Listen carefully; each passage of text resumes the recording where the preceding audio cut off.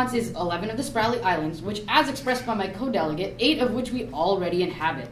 The other 3 are inhabited by the Vietnam and the Philippines, and Malaysia would like to see some compromise created based on these 3 islands. Those islands may not have been under our name. Our people lived there, which is still a valid claim.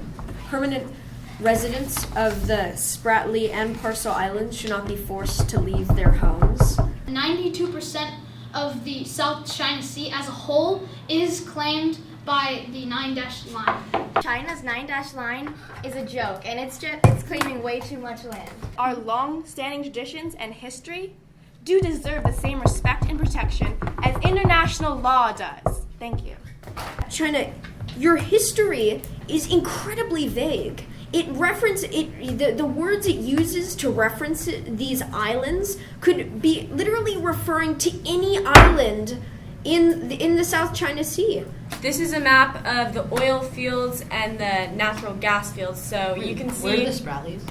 Because the South China Sea has such important trade routes, it would be quite devastating if a trade embargo were to be placed on any of the countries breaking an agreement made.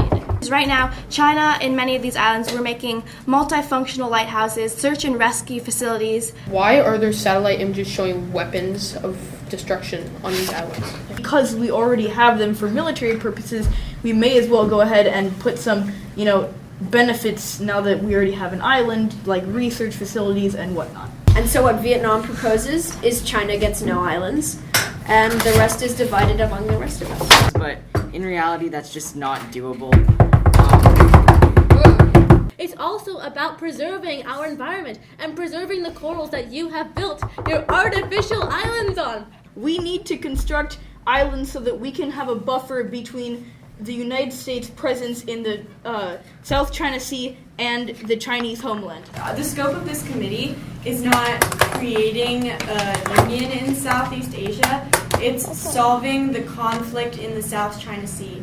And I think those two things are not closely related enough that we're going to create a union. The Vietnam has been actively exercising sovereignty over these islands continuously and peacefully since the 17th century. Recently, Chinese armed forces invaded the islands and took them from us.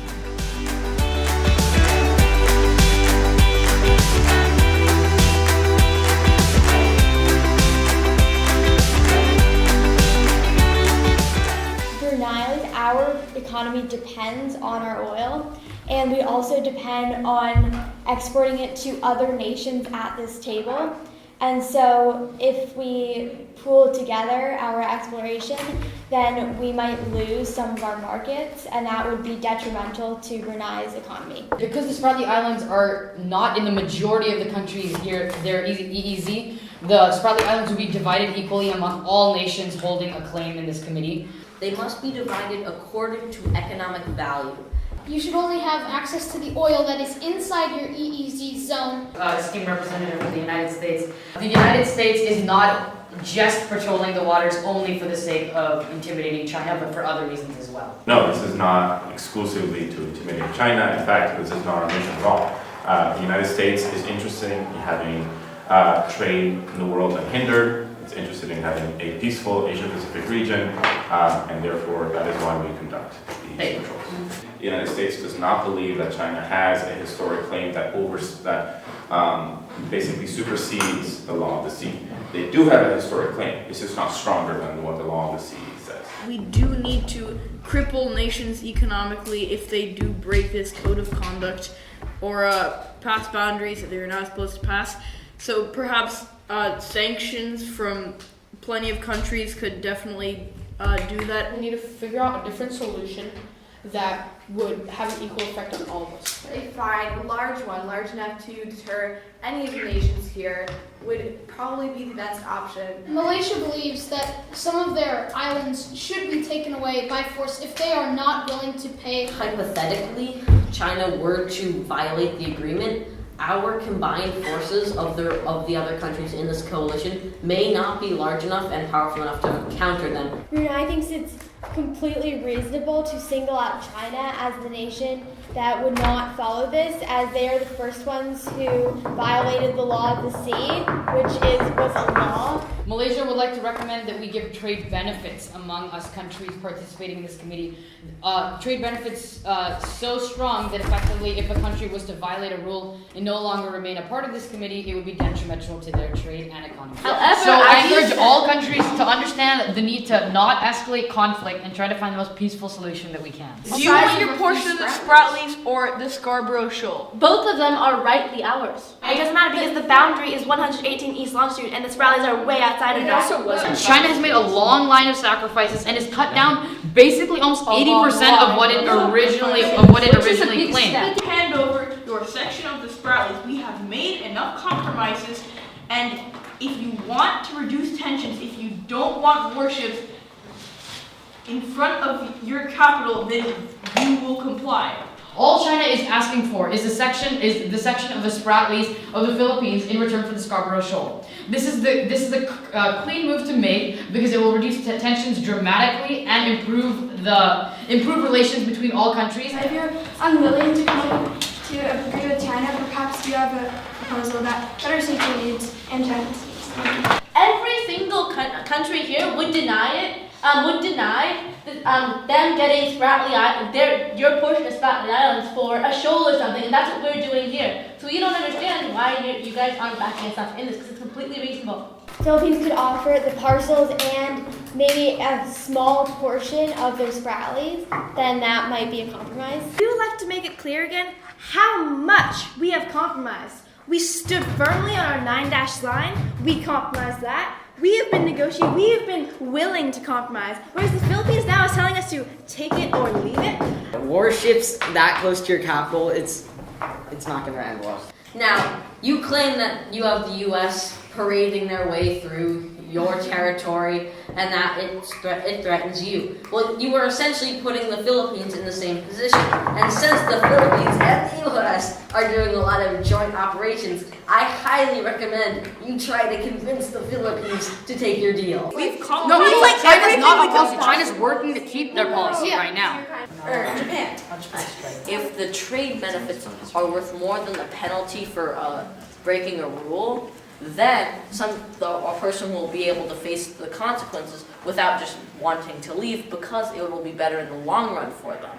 We should be able to drill and find natural gases, considering that the South China Sea is relatively rich with them. We are still drilling in the South China Sea where many fish live, where many ships go by. So we must also consider the factors of trading and also the environment. Thank you. We should be allowed to drill in our EEZ and in the half-mile radius. The reason we made it so small is so that it won't affect as much of the sea.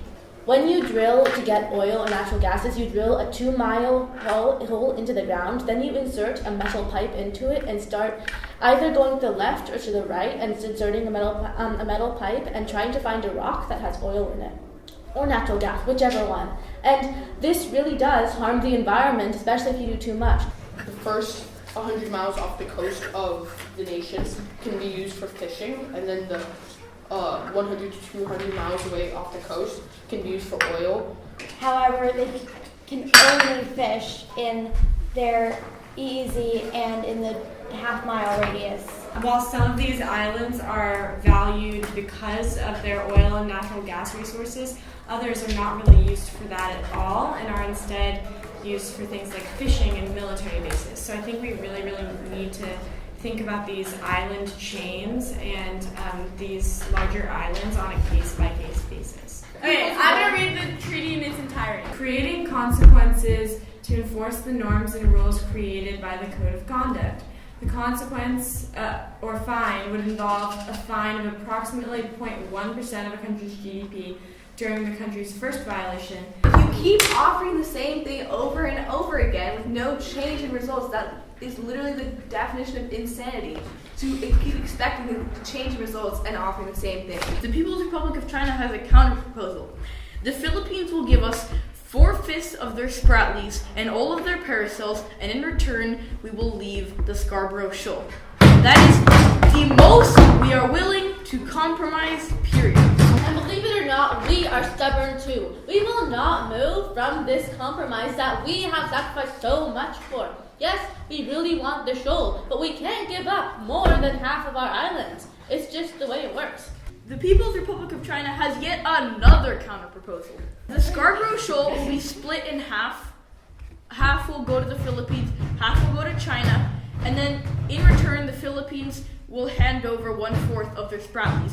This is reasonable. We will be willing to give you your proposal, but no military forces on either side are to be there, and you're allowed to fish as plentiful as you want on your half of the Scarborough Shoal. It is understandable that All when a military country forces gains are- territory, they feel the need to protect it, and this is perfectly reasonable.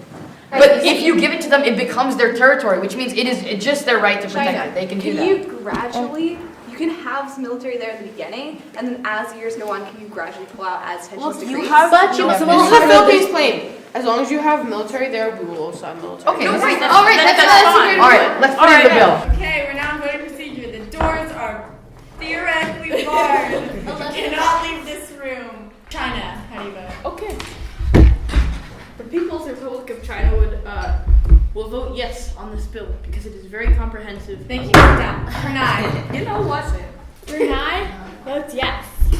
Okay, Malaysia. Malaysia votes no. Yes, on the agreement. Okay, Taiwan. Taiwan believes the time is now, so we're going to vote yes. Yeah. Philippines. The Philippines believes that we should vote yes, so we will vote yes.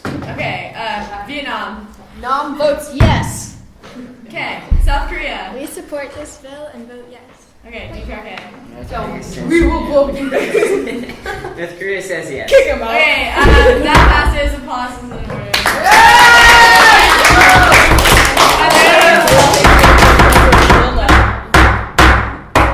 Okay, so now we're gonna have a debrief. So I think compromises between two countries are hard to do in an entire committee, like to find your role. And we were also really surprised that the shoal took like total of like 3 hours, whereas the 9-dash line was solved after like the first day. How did you guys feel in terms of your confidence in speaking with other more experienced delegates in the room? So like specifically towards people who haven't been in LCM as long. I find like small committees a lot easier because you can really establish your role a lot more, and it's less pressure when you're speaking. Also, I think listening is more important in a smaller committee because, like, a lot of the time people can like call you out, and if you're not paying attention, it looks like really bad. It's pretty intimidating for me, but after I get my first speech in, then I sort of gain my confidence and then I try to speak a little bit more.